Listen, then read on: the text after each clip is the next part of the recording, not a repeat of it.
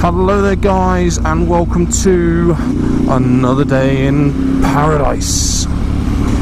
When I bought this beautiful Ducati 848 at the end of last year, I thought I got myself a bit of a bargain with her. She needed a bit of work, but for the price I paid and for the value that she potentially had in her, she was an absolute bargain. But I think I might have gone one better this time. Stay tuned to find out.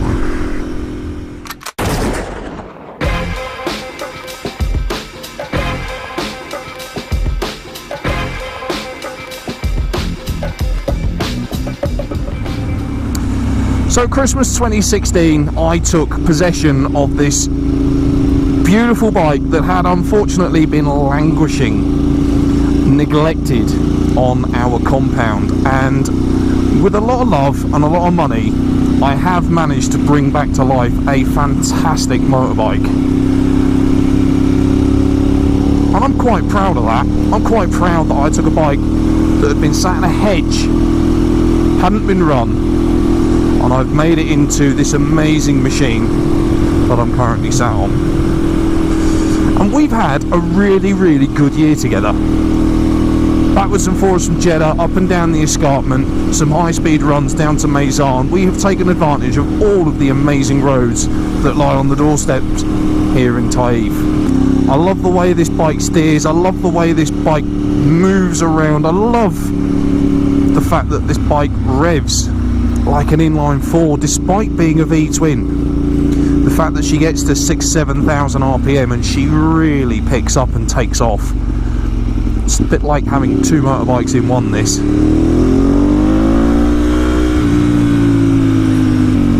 And having fitted the full Leo Vinci titanium exhaust on her, she sounds magnificent. I absolutely love that noise.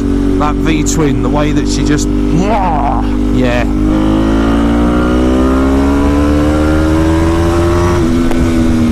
That does it for me.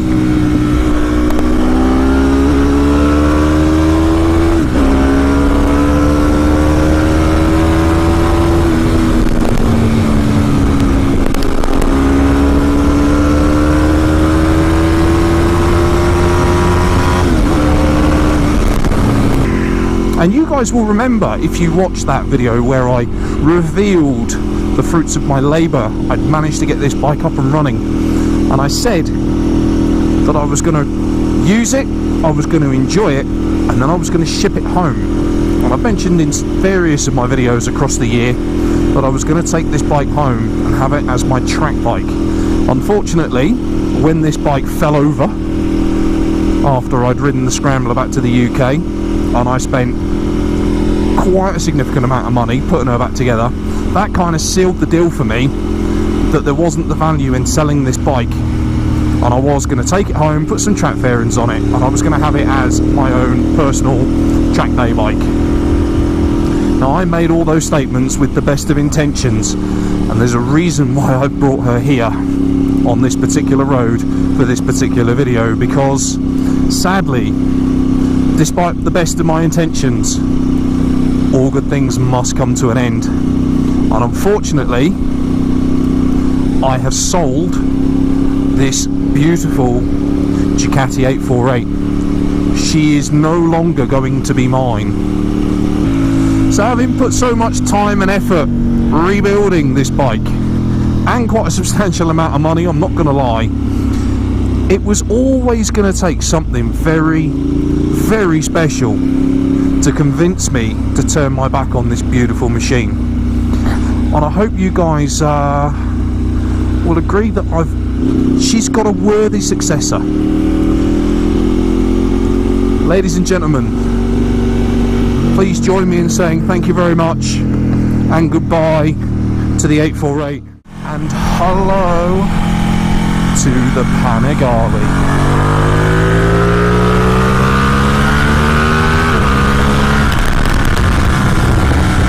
What a fantastic machine she is too. And there she is, the Ducati 1199 Panigale S Tricolore. She is beautiful, if I do say so myself. So as well as being an S model, which comes with the full electronic Öhlins front and rear, this particular one has the full single seat arrangement. She has the Marchesini forged alloy rims with 200 rear section Pirelli Diablo Supercoursers, the Terminioni N-cans, but this one's been upgraded to the full system and remapped to suit.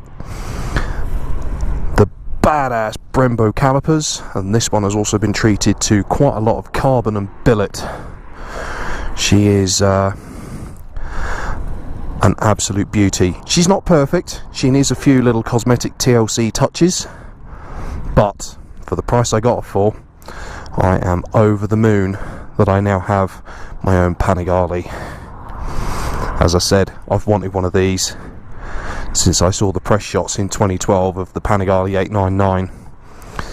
She is just amazing, and with about 200 horsepower through the rear tyre, she's a monster.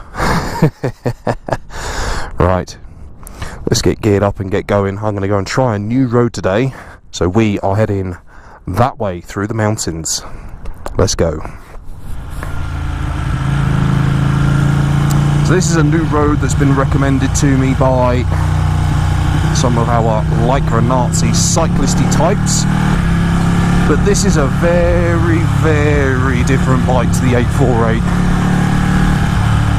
The most obvious thing is the power. There is no getting away from the fact that this is a 200 horsepower missile going through that rear wheel. Thankfully it's a bloody good tyre that's been fitted by the previous owner, and it's pretty new as well. But she's got 8,000 kilometres on her, which is what, 5,000 miles? But she doesn't sound anything like the 848. I don't know, I've never ridden or heard a 1098, so I can't compare it to that 1098, 1198.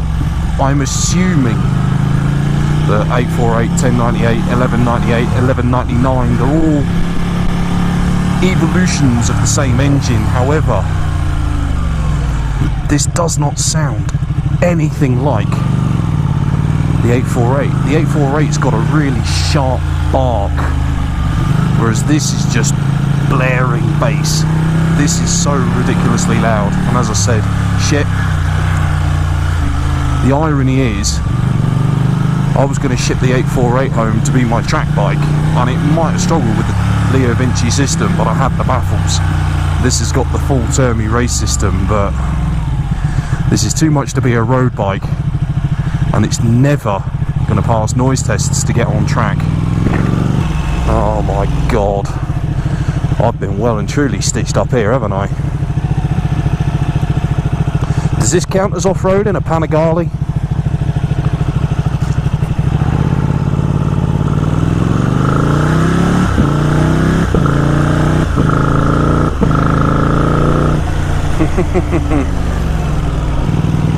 What I was really surprised about, actually, one of the first things I was surprised about, is that this is actually quite a docile engine down at low revs. The 848 does not like being below 4,000 RPM, especially when cruising.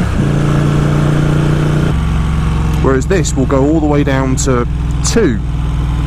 And she will go along without bucking. And if you open the throttle, she will pick up without chuntering and arguing. Obviously not normal, natural territory for these bikes, but nonetheless, the fact it can do it is a very pleasant bonus, because the 848, especially through town and start-stop traffic, can be a bit of a pig, not gonna lie.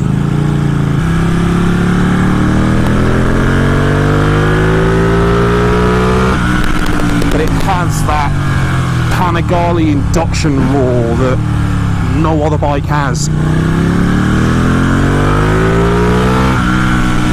That 6,000 to 8,000 induction blare, oh, it's just astonishing. I love it. And obviously from 7,000 upwards you get that inline 4 surge of power. But Ducati quick shifter on the way up, no blipper on the way down. That's not necessarily a problem because I was used to that with the 848, and annoyingly I'd just gotten used to clutchless upshifting with the 848 as well. God, those brakes are good. Monoblock Brembos, God, I love you. As I say, 2.5, 3,000 RPM. She's quite happy just bimbling along. Like I say, she's fucking loud though. I do need to wear earplugs for this, which is really annoying with these pin locks because they keep falling out. Oh, well done, dickhead, cut that corner. But on a fast run out, like the road down to Maze Arm, this will be an astonishing countryside weapon. And I'm really looking forward to trying to get as much riding done on this, on these roads before I go, and then I can bring it back to the UK, and it's just going to be amazing to have a Panigale. But the biggest issue I might have is actually the export process, because I bought this bike in December, literally the weekend before I came back to the UK for my Christmas and New Year holiday, and it is not a quick or simple process to get motorbikes ownership transferred over. You will remember from my 848 video when I explained how much that cost me. I explained some of the issues I had with that, and the fact that a broker tried to extort me. I've got to try and get it registered into my name, and I've got to try and sort out the shipping pretty much at the same time. But you can't do the shipping unless you own the bike. It's that simple. So much fun potentially to be had. This would have been whoa, bloody hell. This would have been an amazing road on the Scrambler. The Scrambler, you could have really maximised this, and the lack of decent road surface in parts wouldn't have been a problem. But wow, look at that. Look at that. Ah, that's where the road goes. Oh, nice little switchbacks, except that these are caked in dust and stones and shit. This is no Alpine Pass. Fucking hell. And it's not even a bloody tarmac road either. And there is the introduction to the Panigale. This is the new toy. I told you it would have to be something really special to replace the 848, and I hope you guys will agree that this is a very worthy replacement for the 848. And the 848's going to good hands. The 848's going to a workmate of mine who I've just helped get his motorbike licence, and he's going to be looking after it. And in the meantime, thank you very much for watching, guys. Masalama.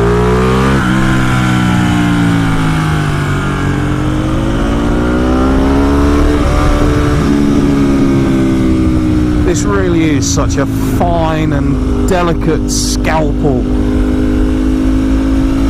You just think about your line, you just look at your line, and she just carves through it.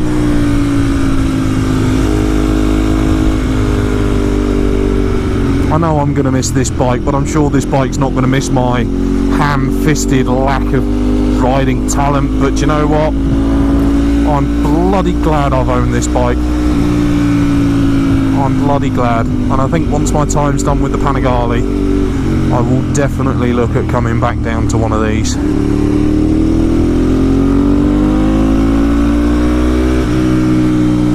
She is such a beauty.